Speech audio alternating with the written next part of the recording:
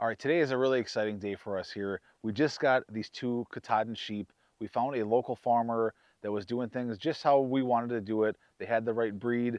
For us, we wanted to go with the hair sheep so we don't have to worry about shearing them and worrying about the wool and all that kind of stuff.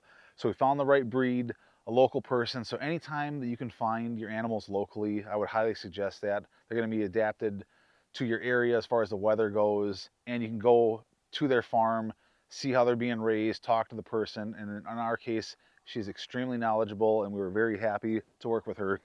So we got these two sheep, and as soon as we used a very large dog crate that barely fit in the back of the Suburban, so they had plenty of room for transport. But as soon as we opened it, they were off and running. I mean, you can see that one having a mouthful full of grass right now. So they got out, immediately got on the grass. So what we're gonna do, we previously had pigs rotated on this pasture, and we were very happy with how that turned out. If you could see the difference between how the grass looks, how it was, and how it is now, by rotating the pigs through, it helped build up this pasture. And after the last round, you know, we did get our pigs.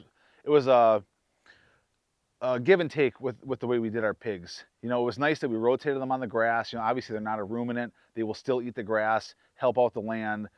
But since we did so well with the last batch that we had, they did a little more damage on the ground. And I mean, as you're getting towards 300 pounds, they're going to do some damage. No matter how often you move them, they're tearing up the edge where you have the fence. They're always kind of testing the fence and really digging stuff up. So we did our best to manage the land as far as getting it raked back down, reseeded. So we did reseed with a mix specifically for the sheep. So anywhere that was bare and that was left a little bit open, a little bit too much damage from the pigs, we reseeded it all, specifically planning on getting some of these sheep.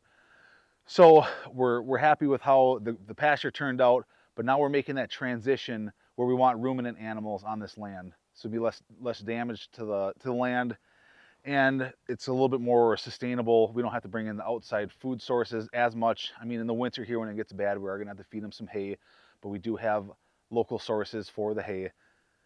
So we're extremely happy with how this is turning out. So we are reusing the shed that we had here for the pigs. We're gonna put some fresh bedding down. This is gonna be the starting area. So our plan right now, they're gonna be in here for a few days, kind of getting their feet wet with the new setting here. And then we are gonna do the same type of system. We're using step stakes and our reels. So we'll just show you guys again what we're doing there. So we're using, stuck on there a little harder than I thought. So we're using these 3-to-1 gear reduction reels that just make putting them out and reeling them back in really nice. So we're using the poly wire on these reels, and then we're going to use simple step-in stakes, and we're going to section off the entire pasture here. So our current plan, if we kind of look out this way, the entire width of the length and width of the pasture, it's 200 feet by 300 feet. So with having two of them, our plan right now is to section off 30 feet at a time, and we're going to be on a 3-day rotation. That is going to depend. Our buddy Billy Bond, he's always teaching they're eating a third, trampling a third, and leaving a third. So the space and the duration is going to depend on what the ground looks like. So right now we're anticipating about a 30-foot wide, so which make it a 100-foot in the other direction path that we put on 3-day rotation. So that should give us 10 sections on each side. So that would be 30 days per half, so they won't be back on the same ground for 60 days. That's currently what we're hoping that we can do, just to manage the land better, get them always on fresh grass, and really help bring this pasture back even better than what it currently is. Because anytime you're getting these ruminant animals on there and properly managing the land, it's only going to make it better. So that's the plan. We have some other things in the works here. Earlier this spring, we did a center line of trees that you can kind of see down here. I believe there are 7 sugar maple trees. Those were bare root. They were about 7 or 8 feet tall. You know, they look really nice. We got them from the same nursery that we get a lot of our fruit trees from. So we got them in the ground. They're already putting leaves on and everything. They're looking great. In between those, we planted hybrid popple. We call it popple or poplar. hybrid popple trees in between. So what we're gonna do is put up an exclusionary fence, so when we rotate these animals, they're not gonna basically chew down our freshly planted trees. So our hope there is that we're gonna have these popple trees for tree hay, so we can just give them any of the leaves off there. I mean, you can dry that stuff out. It has a ton of different things that you can do with the leaves from the trees. The other thing that's gonna do is as they grow up, it's gonna create shade. So come summer, you know, when the sun's in the sky, obviously, we're gonna create a little bit of shade. So anytime the animals are on this eastern side of the pasture, we're gonna create some kind of shade. And we did, our friend William Bond, the permaculture consultant, he suggested that we went with the maple trees to have that, I believe it's overstory, the top layer, you know, in your forest, your top height. So we have a good mix in here. So we're setting up the fence to exclude them. I tend to have the tendency to make things more complicated. So we talked about it yesterday. I have a bunch of these fiberglass posts. So instead of tamping in wood posts and dealing with insulators and stuff, we're running high tensile wire, but we're gonna use the fiberglass posts that I already have a surplus of and running down. We did put wood at the end for the gate, and we're gonna put a new gate up. So that'll keep everything out of there. And then we're gonna run a heavy mulch layer like we always do.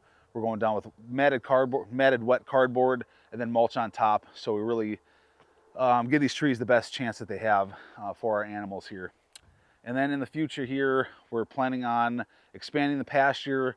We have another about 100 foot by maybe 400 feet. So it's gonna kind of extend out to the one side. We're gonna run some fencing over there. So as we get more of these animals, if everything goes well, we plan to get more in the future, that we have just more area for them to graze on. So that's kind of where we're at right now. We're doing a new water system too. So with where we have these trees and the mulch, we're gonna run poly piping with stand-up spigots. So every time that we rotate them, we'll just have to move the hose over. We should be able to get a couple, like 2 rotations, or paddocks rather, to every spigot. And then as we move to the third, we would just move the hose over and have a new spigot. So the water system should be a lot better. When we had the pigs, we're running hoses all every which way, you know, finding them buried in the grass. You know, this is gonna be a lot better. So the mulch is also gonna keep that poly pipe cool. So in the summer, it can be the case where if you don't have a lot of grass or covering over the poly pipe, that, you know, it's black pipe, that water's just heating up really fast. So we're gonna put that right between the trees, get that mulched over, try to keep it cool, and we're gonna try to work on getting that system set up. So maybe we'll do a little bit of video about the pipe that we have, some of the supplies that we bought, and how we're gonna set this up.